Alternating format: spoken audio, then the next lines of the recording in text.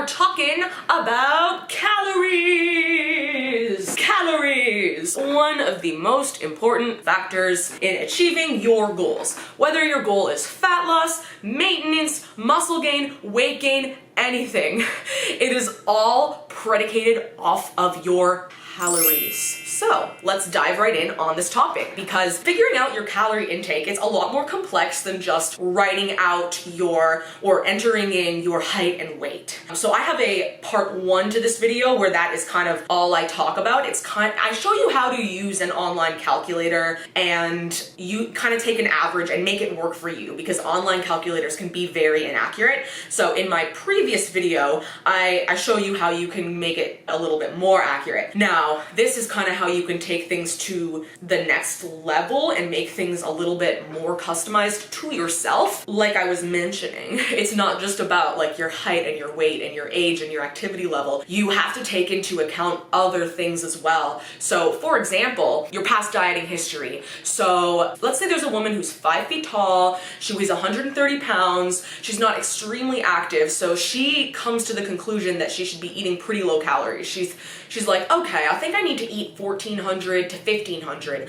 But what is not being taken into account is, let's pretend this person, she struggles with overeating and yo-yo dieting, and many nights of the week she really overeats and ends up eating like 2,500 plus calories. So while on paper it looks like she might need a lower amount, like 1,500, because she's small and sedentary, her body is used to taking in more. So she doesn't need to make an 1,000 calorie drop. A few hundred calories, just maybe dropping even to like 2,000, 1,800 would suffice. So that is a really, really important thing to take into account.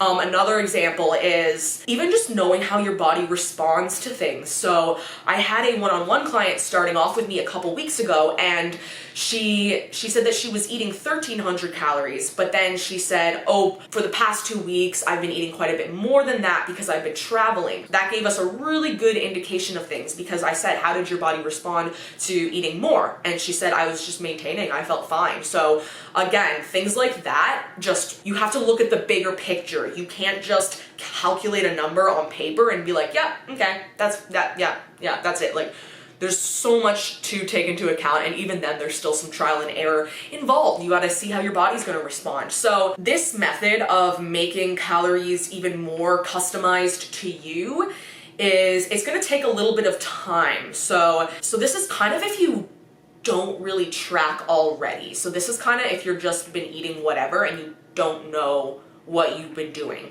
So what you're gonna do for at least a week is continue eating the way you always do. Don't change anything. But the only difference is you're gonna track it. So sometimes as soon as you start tracking, it can be tempting to change things, but don't. Just keep things exactly how you've been doing them lately. But then, like I said, just track it. Keep it on MyFitnessPal every day for 1, preferably even 2 weeks. You would do that, and then at the end of that 1 to 2 weeks, you would get an average of your calories.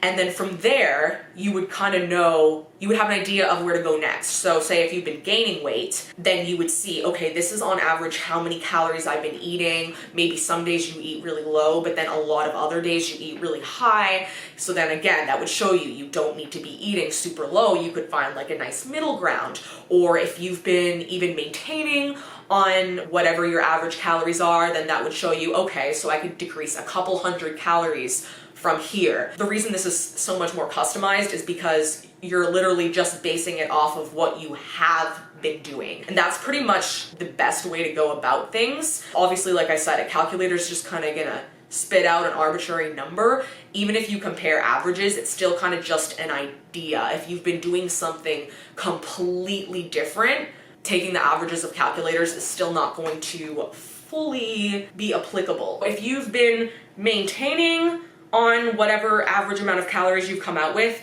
You could subtract roughly 200 to 250. If you've been gaining weight, you could subtract a little bit more. You want to be cautious with your starting calories. Don't just dive in and eat as little as possible, because then you kind of screw yourself over because your metabolism adapts. So if you are dead set on just starting really low calorie, your metabolism is going to adapt to that. And then when you hit a plateau, you won't have anywhere to go from there. Like if you start your diet at like 1400 calories, like how much lower are you really gonna go? You shouldn't go much lower than that unless you're really small. Like you can't start too low. You always want to start eating as much as possible, doing as little activity as possible,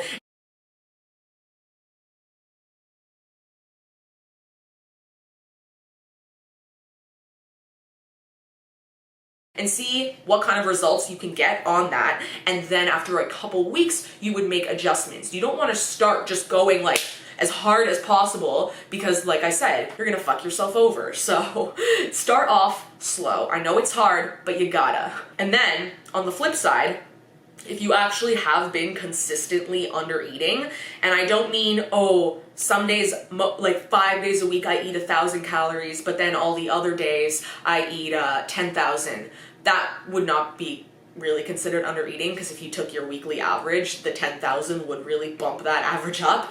But if you've actually been sticking to low calories and you're not seeing the results you want, you would want to begin a reverse diet. So that would just be slowly increasing calories over time. I've got a video on that as well, so check that out if you're in that situation. Anyways, if reverse dieting is meant for you, I kind of go over who it would work best for in that video, so check that out. And that's basically the gist of it. So you're just getting your average and making a little bit of a decrease, sticking to that for 3 weeks, like again, even longer, 3 to 4 weeks, see how your body responds, and then make adjustments from there. And that is it. That is all that is to it. Just pay attention, not just to the scales, look at your physical progress, see how you're feeling, and that is all. I hope you guys liked this video. I hope you found it helpful.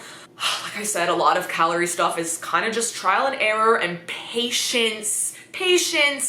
And yeah, that's it. I'm gonna stop talking now. Like and subscribe if you enjoyed this video, and if you've got any questions, comment, and I will do my best to help you out. That's all. Bye!